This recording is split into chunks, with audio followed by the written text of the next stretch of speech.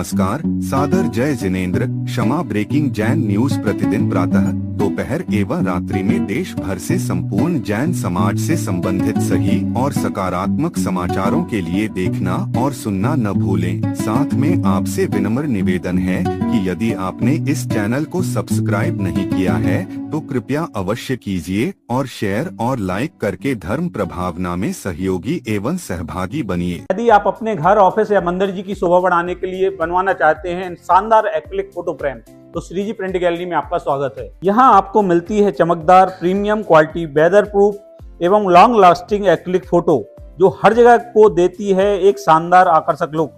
चाहे भगवान जी की सुंदर तस्वीर हो या हो कोई कस्टम डिजाइन, हम बनाकर देते हैं हर डिजाइन बेहतरीन फिनिश के साथ। इसके अलावा प्रभावना एवं गिफ्टिंग के लिए हमारे पास है शानदार प्रोडक्ट। अब अपने सपनों की फोटो और गिफ्ट बनवाइए भरोसे के साथ। तो दिए गए नंबर पर कॉल करें या मैसेज करें। जय जिनेंद्र। मेरा सतत नमन। महाराज जी, मैं वकालत करता हूँ और अभी विगत 7-8 वर्षों में मैं लगातार ये पा रहा हूँ कि दाम्पत्य संबंधों में बहुत खटास आ रही है। और दाम्पत्य संबंधों में खटास आने का आंशिक कारण मुझे ऐसा लगा, जो मैंने लगातार रिसर्च की, सास और माँ ये अपने कहना चाहिए को ज़्यादा ही दायित्व निर्वाह कर रही हैं, जितनी पहले कभी नहीं होती थी। हमेशा ये मान के चला जाता था कि बिटिया को भेज दिया है तो अब वो उस घर की बिटिया हो गई। अब इस दाम्पत्य संबंधों में पुनर्स्थापन भी नहीं हो पा रहा है, इनके ईगो आ रहे हैं। तो हमारे यहाँ फैमिली कोर्ट, जैसे मैं जबलपुर में वकालत करता हूँ तो 5 फैमिली कोर्ट हो गए और मैं सप्ताह में लगभग 5 दिन पाता हूँ कि जैनियों के भी केस उसमें लगातार बढ़ रहे हैं और उसका कोई बहुत बड़ा कारण नहीं है, सिर्फ ईगोस्टिक है। तो महाराज जी, क्या ऐसा संभव है कि जब आप आहार लें तब कुछ एक वचन इस तरह का भी अगर हो सके, तो मैं गलत भी हूँ तो मैं उसके लिए माफ़ी चाहता हूँ, लेकिन आज की महती आवश्यकता है। महाराज जी, मैं ये बताना चाह रहा हूँ कि इस कारण से बच्चे और बच्चियाँ शादी से भी थोड़ा सा विमुख हो रहे हैं। और मैं आपको एक और महत्वपूर्ण बात बताना चाह रहा हूँ कि जिनने शादियाँ कर ली वो जनरेशन के प्रति काफ़ी मतलब उदासीन हो रहे हैं। जी महाराज जी, आपने जो चिंता प्रकट की है बहुत गंभीर, ये समस्याएं बहुत आम होते जा रही। परिस्थितियों के कारण आज के युवा विवाह के प्रति उदासीन हो रहे हैं और जो विवाह कर रहे हैं वे संतानोत्पत्ति में भी उतने उत्साहित नहीं दिखते। हमें इसके कारण और निवारण दोनों को समझना पड़ेगा। कारण क्या है? एक कारण तो आपने बताया कि माँ और सास की ज़्यादा भागीदारी। ये कारण भी मेरे नज़र में बहुत बड़ा कारण नहीं। मुझे इसका असली कारण दिखता है वो आज की पूरी मेंटालिटी, मानसिकता। बच्चों की परवरिश अलग तरीके से हो गई। आज लड़के लड़की में इक्विनिटी की बात, समानता की बात आने लगी। लड़कियां भी पढ़ लिख कर के बहुत आगे बढ़ रही हैं, अच्छी बात है, बढ़ना बुरा नहीं है। वो आर्थिक रूप से पूरी तरह आत्मनिर्भर हो गई। विवाह होता है 25, 27, 28, 30 वर्ष की उम्र में। 28 से 25 के पहले तो कोई सोचता ही नहीं, तब तक वो पूरी तरह परिपक्व हो जाती है। परिपक्व होने से उसका ईगो उसके ऊपर हावी हो जाता है, संबंध खत्म हो जाते हैं। दूसरी बात, जो कोमल भावनाएं हैं वो पढ़ाई के दौर में ही उनके बॉयफ्रेंड के साथ खत्म हो जाती। आपस में जो अफेयर होता है और ब्रेकअप होता है, उससे उनके अंदर की भावनाएं मर जाती है। फिर जो पति पत्नी के साथ एक भावनात्मक जुड़ाव होना चाहिए वो खत्म हो जाता है, मात्र रिश्ते की औपचारिकता तक सीमित हो जाता है। वो केवल एक कॉन्ट्रैक्ट जैसा बन जाता है। तो इस सब चीज़ों से पूरी मानसिकता ही विकृत हो जाती है। हमारे देश में एक परंपरा रही, जब पति को परमेश्वर के रूप में देखने की बात कही गई और पत्नी को अर्धांगिनी माना गया, दोनों का कितना उच्च स्थान रहा। आज किसी से कह दो तो क्या हम पति को परमेश्वर क्यों माने, ये बात अलग है कि वो चाहेगी कि मैं अर्धांगिनी बन के रहूं, बहुत गड़बड़ है। नारी जाति का विकास बहुत जरूरी है, नारी जाति का सशक्तिकरण अपेक्षित है, लेकिन इसमें एक बहुत बड़ी चूक हुई। हमें नारी को पुरुष के साथ खड़ा करना था, आज स्त्रियां पुरुष के सामने खड़े हो गई। साथ होती तो सहयोग नहीं बनती और दोनों एक दूसरे के पूरक और प्रेरक बन करके बहुत कुछ अच्छा कर सकते थे। नारी जाति की प्रतिभा, योग्यता और क्षमता का वास्तविक दोहन भी तभी होता, लेकिन अब वो साथ कहाँ है, अब तो सामने खड़ी हो गई, वो प्रतियोगिनी बन गई, प्रतिद्वंदी बन गई, और इस प्रतिद्वंदता ने आपसी प्रेम और सौहार्द को नष्ट कर दिया। सब कुछ छिन्न भिन्न, हम किसी से कम थोड़ी है, तो ऐसे काम कैसे चलेगा।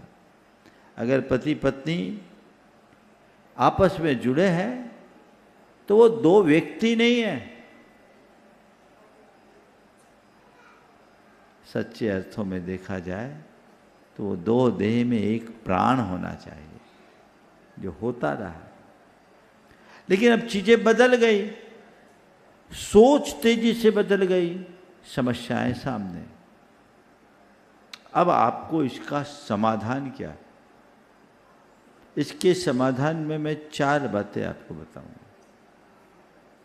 पहले तो विवाह जल्दी करें।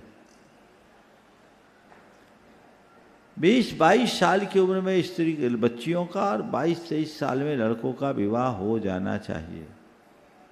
उस समय भावनाएं कोमल होती है, आपस में एक दूसरे के साथ जुड़ाव बन जाता है, भावनात्मक जुड़ाव रहने से मामला ठीक होता है, और जो दूसरी समस्याएं होती उन सब से व्यक्ति मुक्ति पा जाता है।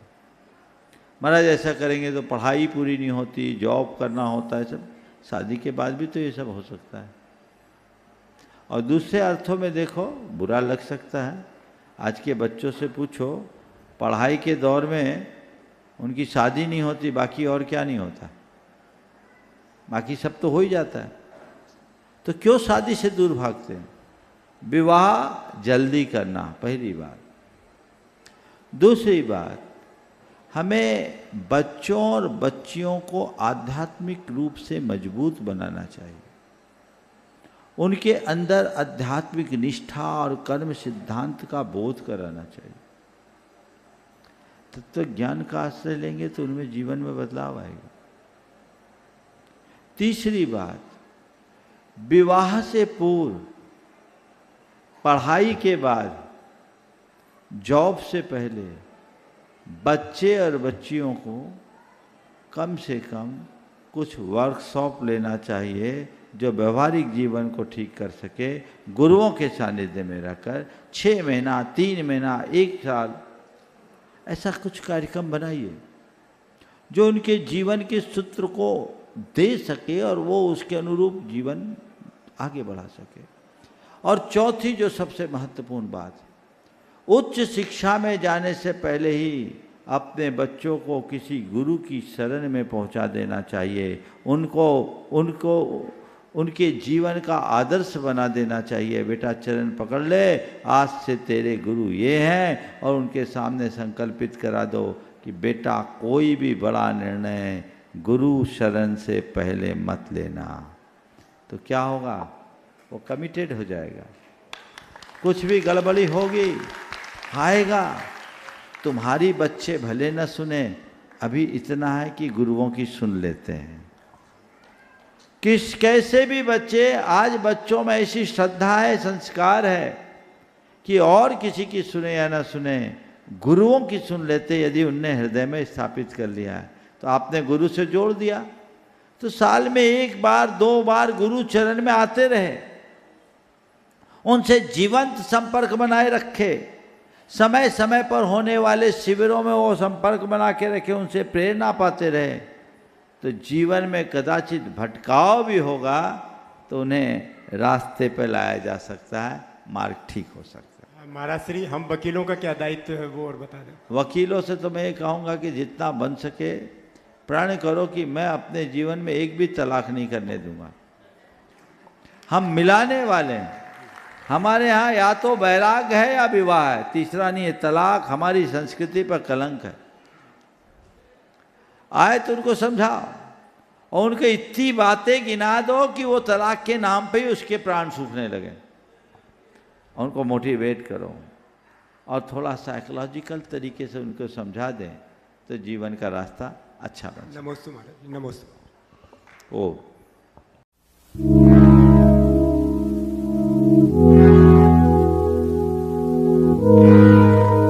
क्षमा breaking Jain news YouTube channel पर विज्ञापन देकर धर्म प्रभावना में बने सहभागी। विज्ञापन देने हेतु संपर्क कीजिए मोबाइल नंबर 9026900740 एवं समाचार एवं वीडियो भेजने हेतु WhatsApp number 9335236222। Kshama breaking Jain news YouTube channel देखने के लिए आपको बहुत बहुत धन्यवाद। सादर प्रणाम, सादर जय जिनेंद्र।